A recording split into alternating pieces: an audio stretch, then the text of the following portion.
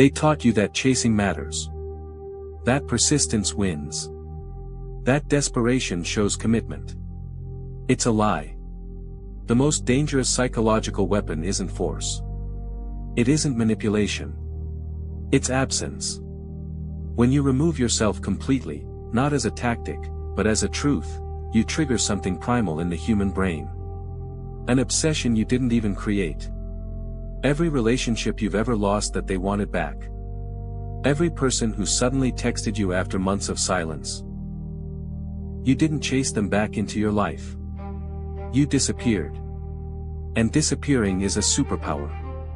By the end of this video, you'll understand why walking away is the only real power move, and how the people closest to you are using this psychology on you right now. The scarcity principle and psychological void. The blue pill lie, what society tells you. Love is unconditional. Real connection means never giving up. If you care, you stay and fight. This is what they want you to believe. That value comes from effort. That sacrifice equals worth. That the person who cares most is the one who bends, apologizes first, texts first, shows up hardest. It's why you keep reaching. Why you explain yourself. Why you chase approval from people who've already decided to leave. The red pill truth, dark psychology reality. Here's what they're not teaching you in self-help books: the human brain assigns value inversely to availability. This is scarcity psychology. The rarer something becomes, the more valuable our brain perceives it. When you're always there, always responsive, always accessible, always trying, you become cheap. Abundant. Worthless. But the moment you vanish, your brain doesn't disappear from theirs. It multiplies. They start thinking about you more than when you were present. They replay conversations. They wonder what you're doing. Who you're with. Why you stopped caring. UVE created a psychological void, and nature abhors a void. Neuroscience confirms this. The brain's reward system activates more intensely when we pursue something that's no longer accessible than when we already possess it. It's called the Zeigarnik effect. Unfinished things stay in our conscious mind longer. When you walk away, you become the unfinished story. How to use this? Don't ghost randomly. That's weakness disguised as power. Real detachment means this. Create clarity before you leave. Say exactly what you're doing and why. Then execute it completely. No breadcrumbs. No checking in. No exceptions. Make the absence visible. They notice the changed status. The lack of likes. The unread messages. The empty space where you used to be. Defense against this: if someone is using this on you, if they've disappeared and you're obsessing, recognize it. Name it. You're not missing them. You're missing the idea of them. Break the loop by filling the void with something real. Interactive test: mirror your reality. Here's a test. Do it right now. Think of the one person whose absence affects you most. Not the one you love, the one you miss. The one you think about without choosing to. Now ask yourself honestly, are they thinking about you right now, or are you thinking about them? If it's one-sided, if you're the one reaching, remembering, replaying, you're not in a connection. You're in a psychological loop they've designed or accidentally created. Keep that answer. We'll circle back. The illusion of control and reverse psychology. The blue pill lie. If I just try harder, explain better, prove my worth, they'll see what they're missing. Control the narrative. Stay relevant. People spend years doing this. Reaching out strategically. Accidentally running into someone. Maintaining a presence. Being the bigger person who never truly leaves. It feels like strategy. It's actually desperation wearing a suit. The red pill truth. Here's the brutal truth. You have zero control over how someone perceives you. The more you try to control their narrative about you, the more you lose power. But the second you stop trying, the second you actually, genuinely accept that their opinion of you no longer matters to you, something shifts in their mind. This is reverse psychology at its deepest level. You're not manipulating them. You're setting yourself free, and that freedom is magnetic.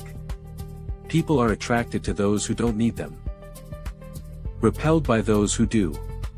When you stop trying to control how they see you, you gain total control over how you see yourself. And somehow, they see that transformation before you do. Real-life application, the power play. 3 stages. Stage 1, clarity. Decide internally that this person's approval is already gone.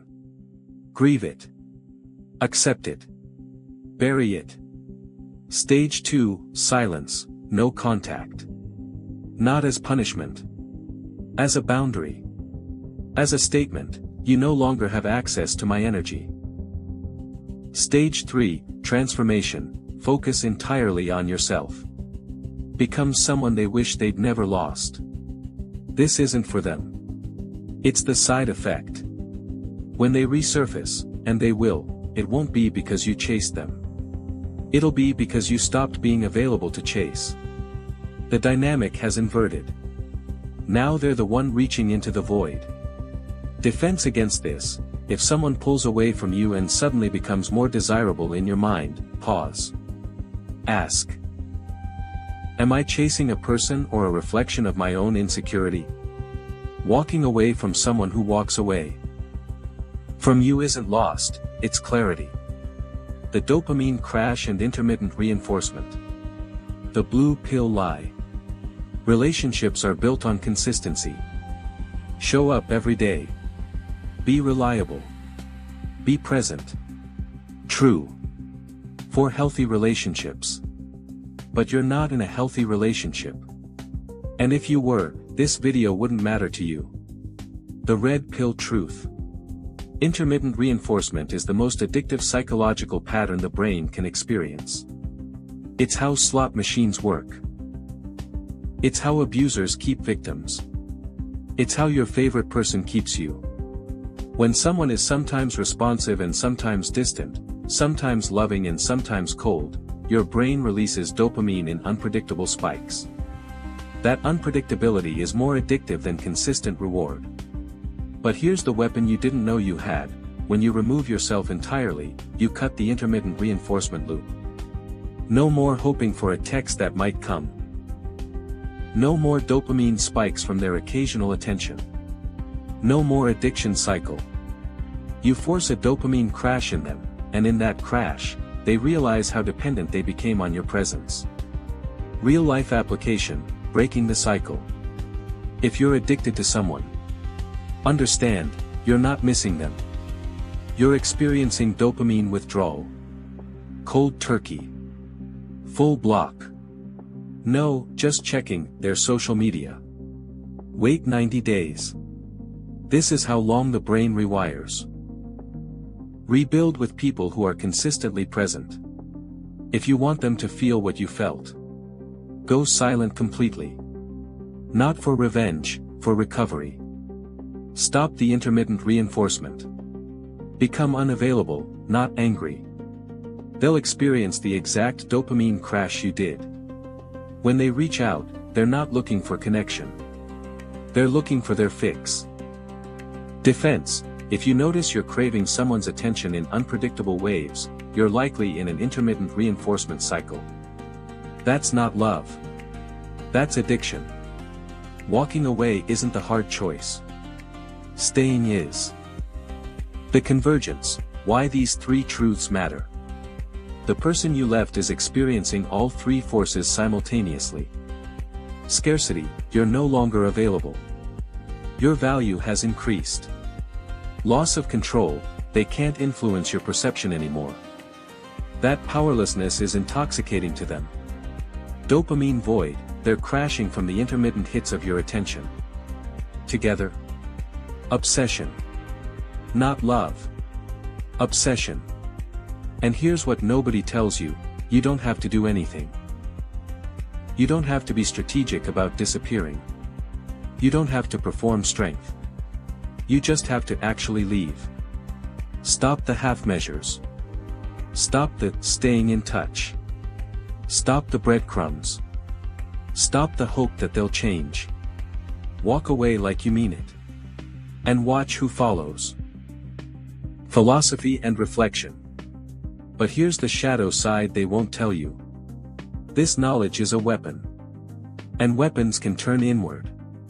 Understanding that walking away creates obsession doesn't mean you should weaponize your absence. It doesn't mean you should disappear from people who love you genuinely, just to feel powerful. The real power isn't in making someone obsess over you. The real power is in becoming someone worth obsessing over, and choosing whether to let them. Too many people use this psychology to punish. To control. To win. That's still desperation. Just smarter looking. True detachment isn't a strategy. It's a state of being. When you genuinely don't need someone, you don't need to perform disappearing. You naturally do. And that's when the magic happens. The final truth, walking away only creates obsession in people who already had something to lose. If someone doesn't chase you when you vanish, you had less power than you thought. That's not failure. That's information. Who in your life are you still chasing? And more importantly, why haven't you walked away yet? Don't answer for them. Answer for yourself. Because until you do, you're still in their loop. And they're counting on it.